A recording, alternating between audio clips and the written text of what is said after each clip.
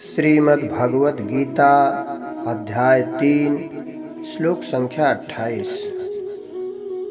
तत्त्ववित्तु महाबाहो गुणकर्म विभागयोः गुणागुणेषु वर्तन्त इति मत्वा न सज्जते। भगवान श्री कृष्ण अर्जुन से कहते हैं कि हे महाबाहो, गुण विभाग और कर्म विभाग के तत्व को जानने वाला ज्ञान योगी संपूर्ण गुण ही गुणों में बरत रहे हैं, ऐसा समझकर उनमें आसक्त नहीं होता। स्वामी राम सुखदास जी व्याख्या करते हुए कहते हैं कि सत्व, रज और तम ये तीनों गुण प्रकृति जन्य हैं। इन तीनों गुणों का कार्य होने से संपूर्ण सृष्टि त्रिगुणात्मिका है। अतः शरीर, इंद्रियां, मन, बुद्धि, प्राणी, पदार्थ आदि सब गुणमय ही है। यह गुण विभाग कहलाता है। इनसे होने वाली क्रिया कर्म विभाग कहलाती है। गुण और कर्म अर्थात पदार्थ और क्रियाएं निरंतर परिवर्तनशील हैं।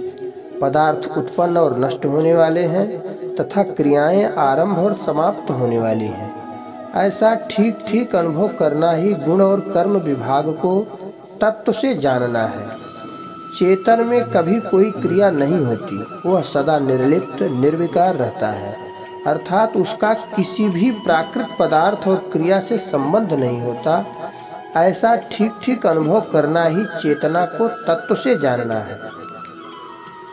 प्रकृति जन्य गुणों से उत्पन्न होने के कारण शरीर, इंद्रियां, मन, बुद्धि आदि भी गुण ही कहलाते हैं और इन्हीं से संपूर्ण कर्म होते हैं। अविवेक के कारण अज्ञानी पुरुष इन गुणों के साथ अपना संबंध मानकर इनसे होने वाली क्रियाओं का कर्ता अपने आप को मान लेता है, परंतु स्वयं में अपनी स्वतः सिद्ध स्थिति का अनुभव होने पर मैं करता हूँ ऐसा भाव आ ही नहीं सकता। रेलगाड़ी का इंजन चलता है, अर्थात उसमें क्रिया होती है, परंतु खींचने की शक्ति और चालक के मिलने से आती है। वास्तव में खींचने की शक्ति तो इंजन की ही है, पर चालक के द्वारा संचालन करने पर ही वह गंतव्य स्थान पर पहुंच पाता है। कारण कि इंजन में इंद्रियां, मन, बुद्धि नहीं है, इसलिए उसे इंद्रियां, मन, बुद्धि वाले चालक की जरूरत पड़ती है।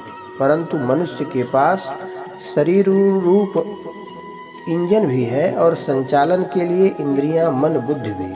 शरीर, इंद्रियां, मन, बुद्धि ये चारों एक सामान्य प्रकाश से सत्ता स्फूर्ति पाकर ही कार्य करने में समर्थ होते हैं।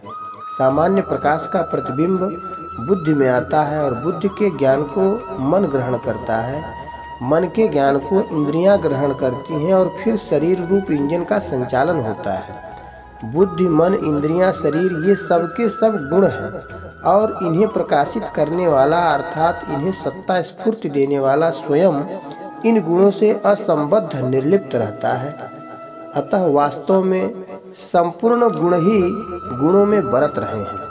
श्रेष्ठ पुरुष के आचरणों का सब लोग अनुसरण करते हैं।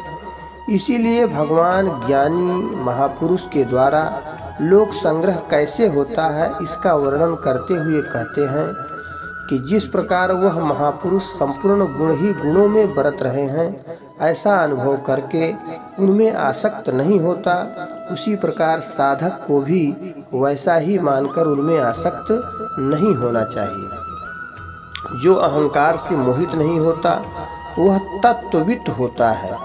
इस तत्ववित्त को ही दूसरे अध्याय के 16वें श्लोक में तत्वदर्शी कहा है। तत्ववित्त गुण विभाग और कर्म विभाग से अर्थात पदार्थ और क्रिया से सर्वथा अतीत होता है। जब तक साधक का संसार के साथ संबंध रहेगा तब तक वह तत्ववित्त नहीं हो सकता। कारण कि संसार के साथ संबंध रखते हुए कोई संसार को जान ही नहीं सकता। संसार से सर्वथा अलग होने पर ही संसार को जान सकते हैं, यह नियम है। इसी तरह परमात्मा से अलग होकर कोई परमात्मा को जान ही नहीं सकता। परमात्मा से एक होकर ही परमात्मा को जान सकते हैं, यह नियम है। कारण यह है कि वास्तव में हम संसार से अलग हैं और परमात्मा से एक हैं। शरीर की संसार के साथ एकता है, हमारी परमात्मा के साथ एकता है।